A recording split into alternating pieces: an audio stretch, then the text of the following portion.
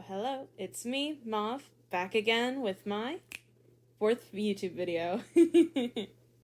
I'm returning with the topic of turning emojis into D&D NPCs for my upcoming campaign that will start eventually, at some point. I'm still in the planning stages, but I might make a video about making the map and talking a little bit about the world lore and what I have in mind without trying to spoil too much, but we'll have to see where that goes. In this video, I have, of course, 3 new sets of emojis to turn into potential characters for my players to meet, but I also have a special little surprise. Now, I've said this on other social media platforms where I have posted the artwork, but when I DM for my campaign, I like to have visuals right next to me on a TV, and a lot of the times I will draw them in real time as I'm talking about the scene that people are seeing. So, for this campaign, because I'm in the planning stages now, I wanted to make illustrations ahead of time so that I don't have to spend 15 minutes sketching away while my player is having a little break. So, in this video, you will see, I think I've done 6 ahead of time, so you'll see 6 illustrations for 3 this video, 3 from the last video. But anyways, let me show you this first character. This first one I've named Madea. Madea. I don't really know how I'm going to pronounce it because when it comes to naming NPCs, a lot of the times I will key smash and then keep erasing letters until I get something that is semi-pronounceable. The emojis picked for Madea was this emoji that has bandages on his head, a turtle, and drama masks. And so I had a lot of ideas on how to go about this, but of course the very first thing I had to go with for the bandages on the head was to create this character that gave off the impression of being blind, but not by their own choice. I see her as some sort of either false prophet or someone who claims to work in fortune and stuff, and maybe she saw something she wasn't supposed to. This next bust shot is someone I've named Philip, and I hate him. He is a briefcase, a dragon, and a martini glass, and I think I did really good with the fact that he is very unsettling, and as I said earlier, I hate him. There, I have nothing else to say. But for the last one we have today, we have Amos.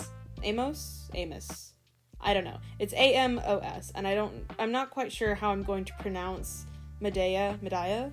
I don't know how I'm going to pronounce either of them, really, because I change my mind so often, but I love them. They are my favorite one. I love him.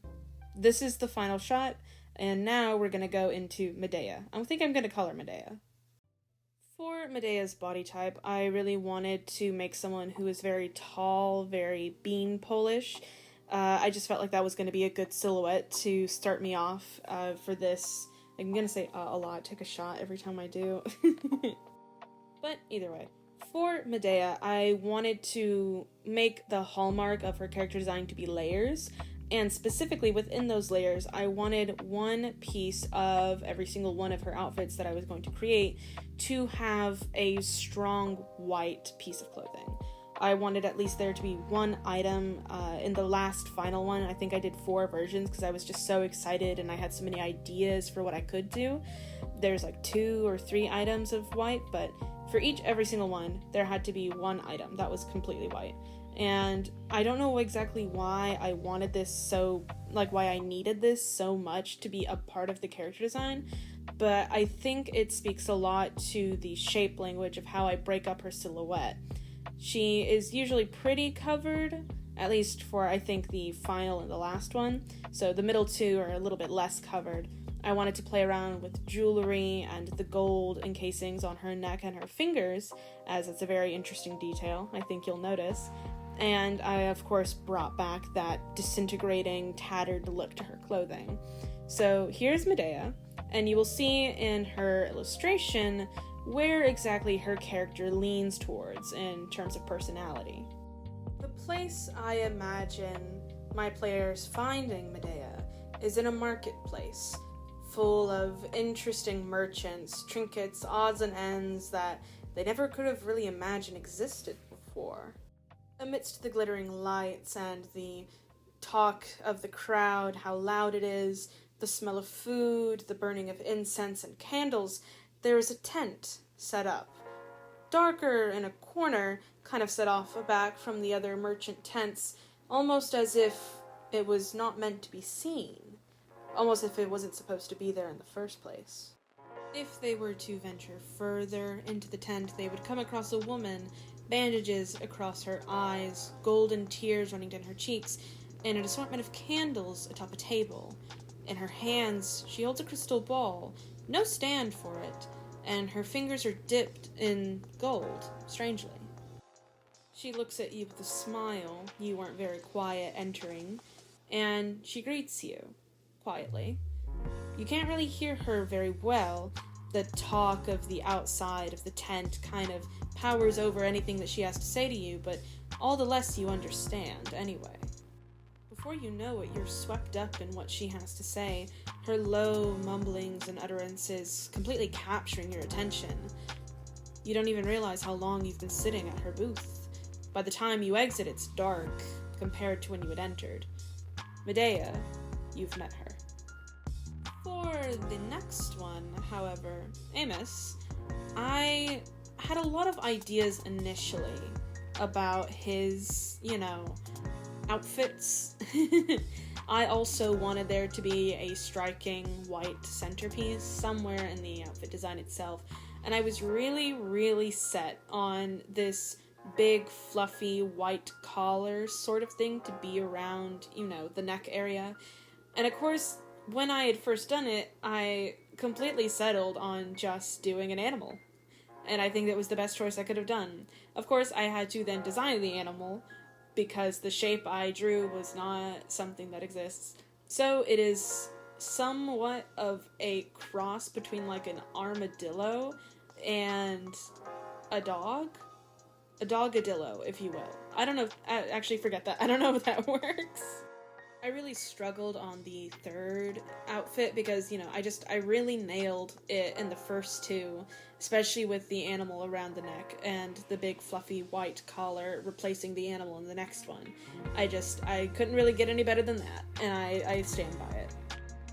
As for Amos, the place the players might find him is a little bit more out there. If my players were to meet him, I'd imagine they would find them in a casino. Not just any casino, a casino and bar sort of deal. I don't know what more to say. I don't know, maybe think of it as a Las Vegas strip sort of joint. There's lights, food, attractive people all around, and of course beautiful music filling the air. It is, again, as the last image, kind of hard to hear exactly the people you're talking to, as the music is very loud, intending to drown out any mentions of the outside world. The deal with casinos. They all want you to stay there forever. They all want you to spend your money, spend your time, until you have nothing left to give for them. Amos was practically born for the stage. There's nothing more they love than a good spotlight and a beautiful song to sing to. Of course, being on the villain's team means you can't just be a singer, you can't just be an entertainer. You have to have a second agenda, and thankfully Amos does have that second agenda. Being center stage means that Amos can take good looks at everyone who enters or exits, and no one will be none the wiser. You walk into a casino and find yourself immediately enamored with the singer who takes center stage. Their voice is beautiful, loud, and commanding. It's almost as if it calls your attention, quite purposefully so. It's hard not to immediately notice what this person looks like. They're a Triton, and, well, everyone knows that they're quite related to sirens. And boy, oh boy, do we have Philip. I won't reiterate my hatred for this character.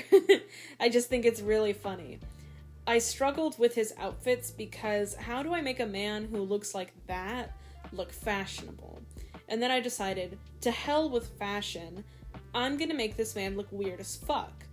I'm not gonna give him real outfits. This man will have dragged his ass through the dumpster and then some to find anything that fits him and then pretend it looks good. And none of his friends will tell him that it looks good, regardless of how much they beg him to, wear something different or maybe buy something. He has the money. Does he use it? No. Why would he? Why would good old Philip buy something when he can just get it stinkily for free from the dumpster? Yeah, I really didn't know what to do with this dude. The emojis were giving me a hard time. I didn't really know what to do, but I will say from the martini glass, I did take inspiration for the triangle shapes. That was pretty much the most inspiration I could get. I hated this man so much I didn't want him to be cool in any way. No, he couldn't be. Especially this last outfit, which looks bad. It looks like he's wearing a diaper, and he looks like an 80s villain, especially with the striped leggings. I don't know. Therefore, his illustration is very simple. You don't find him anywhere, you don't encounter him, he's an experience. And by God is he a nightmare of an experience. Now, this brings us to last week's video, the first installation of the Emojis into NPCs video. I wanted to give them also illustrations, and I didn't really know where else to put them other than this video, just to make sure that I'm all caught up. I've decided to name our vampire heartbreaker girl Imogen. I don't really know why I chose most of the names I chose, I just like the way they sound, but for her, I know exactly where my players will find her. In a black market, of course. Now, as I said previously, you would find Madea in a market of sorts, glistening lights and people talking all around you, while you would also find Imogen here. She's at a booth, and she's buying something. She looks over her shoulder, and very cheekily she smiles at you as if she knows what you're looking for. You don't even know what you're looking for, but she seems to know it somehow. You hardly even get a chance to really process this interaction of her looking over her shoulder pointedly at you, I will say, before she immediately takes her cue to leave, and leaves you, of course, at the stall. You have no choice but to go up to the stalls, considering the intense eye contact from this girl, and you're also quite curious to see what is being sold here. If you'll notice, Philip is manning the stall, as he is a businessman. This is where his suitcase comes in. And the bottles don't really have a label on them. It's just a sun. Strange, but that's all you can figure out. Oh, and not to mention, as previously stated, the casino, well, it's kind of like a bar casino, and of course with casinos comes games, and as I said that the Ganassi girl, you would probably find her in a very classy place. Well, what other place would you find her than a game table? Here she bets large amounts of coin and cash in order to get a leg up on her competition who possibly can't outbid her. Karina doesn't really care for the money or for the gain. She purely is in for the stakes. There's nothing more boring to her than someone who plays it safe. She would risk it all just for a taste of the adrenaline that comes with almost potentially losing everything you have. Of course, she also revelishes in this being a true reality for other people as well. Not just the adrenaline coming from her almost losing everything, but also the look on other people's faces when they realize that they've betted everything they have to offer, and then even some stuff that they didn't have in the first place. Sometimes, if you've given her a good enough reaction or you've really risked it, she might take pity, she might give you a little bit of mercy, she might give you back the money she rightfully took from you in this game of chance and tell you to play better next time, increase your skills. And fair enough. People like her are only in it for the thrill. I'm sure I've stated that enough, but it is really something that is her sole factor in being around, at least in this casino.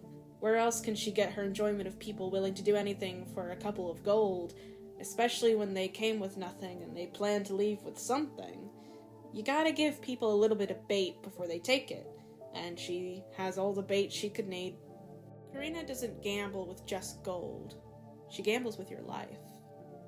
And last, but not least, certainly, we have Gale. As I said last time, Gale is someone who really capitalizes on the fact that people might not think that they are smart, or that they are necessarily intelligent and cunning in that sense. But Gale knows who they're up against, and, well, as I said, despite the fact that they never really want to be in the spotlight, they find themselves in it a lot. They lavish that luxury. If you were my players, well, you'd surely find Gale at that very same casino, hiding in the shadows, drinking champagne glass after champagne glass of interesting liquids.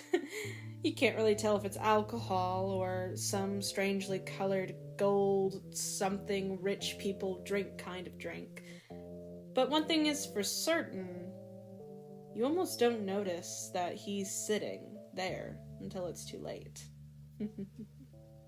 With that, we have reached the end of the video. I had a lot of fun with these illustrations, very monochrome and shape-based. It's really building up my repertoire of illustrations I have under my belt for portfolios things, so really fun. But I wanted to give a huge thank you to my subscribers. Thank you all for being here on this journey, and a special thank you to my patrons.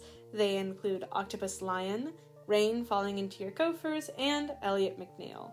I will see you guys, next week whenever I have another video up, so I have nothing else to say. Bye-bye.